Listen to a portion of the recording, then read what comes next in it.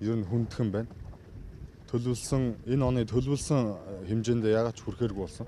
11.5 сая тонн нүүрс экспортод гарах байсан боловч одоогор бол 7.4 сая тонн нүүрс экспортод энэ жилийн 3 дугаар улирал дуусч байхад иймэрхүү байдалтай явж байна. Манай компани зүгээс авж байгаа арга хэмжээ бол мэдээж гадаа очрлж байна. Жолооч нар нэлээд хүнд байгаа. Одоогийн нөхцөл байдалд тохируулаад Гашуун Сүхбаатар бомтоос хээр дараал үүсэхгүйгээр хоёр талдаа уурхаа дээр болон Гашуун Сүхбаатар бомт талдаа адилхан тэгш тэнцүү байдлаар дарааллыг үүсгэх гэж энэ квотыг тогтоочод байна л да. Квот гэдэг маань хязгаарлал. Манай дээр бол 45% тавьж байгаа.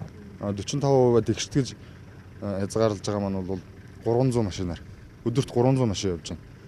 Манифеста гайлын дагалдах бичиг бараа бүтээгдэхүүнээ дагалдах бичгийг 300-аар явуулж байгаа. ER 280, орон нутгаас 100 гэсэн цаашдаа хятадын талаас гайгүй татаад эхлэх юм бол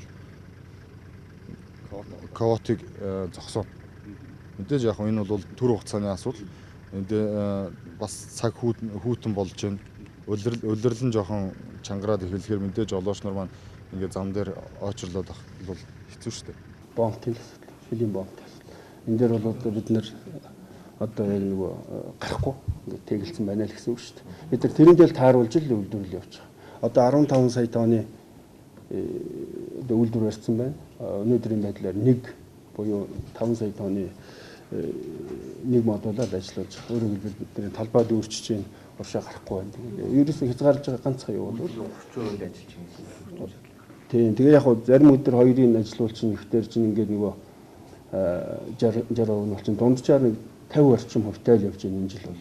За тэгэхээр цаана авъя гэсэн хэрэглэгч нар байж байгаа. Энд бол үйлдвэрээ бэлэн боломж нь байж байгаа. Зүгээр дундаа тэгэлчээд байна. Одоо цагаатны бомб төр ингээд боомтой очиж үзчихсэн шүү дээ. Тийм. Энэ очрод үүсгээс өмнө ч гэсэн ерөөсөө бомбын асуудлаас болоод бүрүүжин жилээр байж байгаа. Тийм. Ерөөсөө бомб. Тийм. Энд гарцалж чухал байгаа. Яг хөө зүгээр тэрийг яхад хамгийн шийдэл бол төмөр зам л да.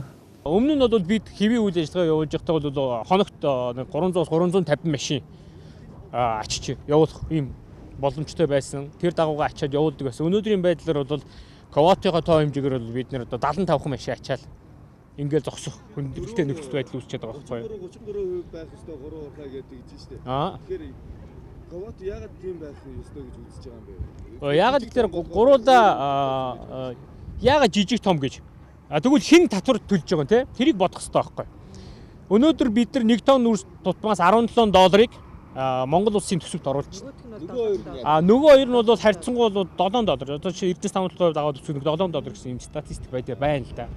Ингээд аваад үзэх юм бол түүнээс биш гаргаж байгаа хэмжээний хувьд ч гэсэн 3 сая тонн, 7 сая тонн. Тэгэхээр их байдаа гэдэг тэр ихийг нь дэмжиж явуулаад гуруулаад адилхан бизнесийн байгууллага шүү дээ. Төрийн өмчтэй компани боловч тэр чинь бас үйл ажиллагаа явуулна, орлого олж иж татвараа төлөх ёстой шүү дээ.